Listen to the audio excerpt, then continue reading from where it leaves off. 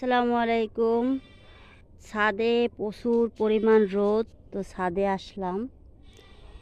এই যে কালকে ঢালাই দিছি, আলহামদুলিল্লাহ ঢালাইটা কিন্তু অনেক শক্ত হয়ে গেছে।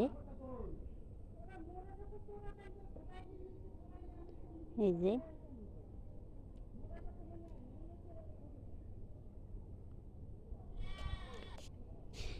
যে এই টিনের নিচে সরঞ্জাম যত প্রকার আছে, লোহা, তারপরে মানে যাবতীয় যত কিছু আছে সব কিছুই। আর এই সাইডে হলো আমাদের গাছ, এই পুঁই শাক গাছ, মানে যত এলোমেলো করে এই সাইডে যত পরিমাণ গাছ ছিল সবগুলা এই সাইডে নিয়ে আসছি।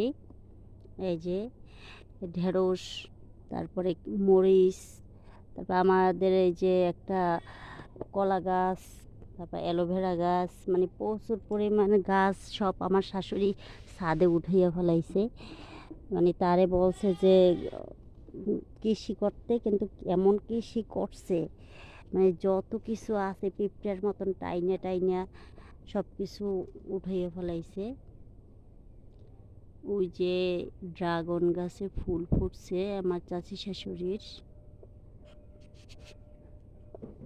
আর আমার ড্রাগন গাছের অবস্থা। এই যে আবার ড্রাগন গাছের অবস্থা, এখন পর্যন্ত ফুল ফোটে নাই। মানে বলে না যে যত্ন করলে রত্ন মিলে, এই কথাটি ভুল।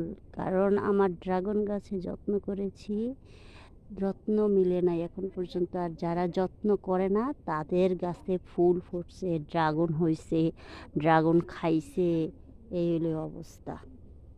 আর আমার গাছগুলার এত যত্ন করি, তারপরও সেই যত্নের ফলটা এখন পর্যন্ত পাইনি। এই সাইডে সব মরিচ গাছ রাখছি, আর এই সাইডে সব বেগুন গাছ, অ্যালোভেরা গাছটা ওই ভিতরে।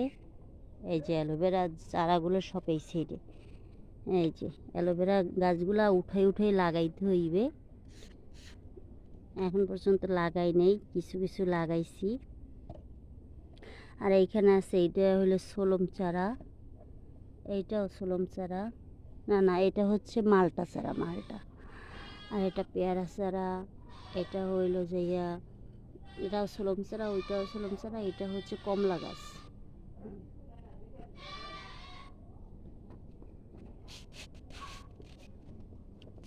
আমার কবুতরগুলো সব ছাদে উঠছে।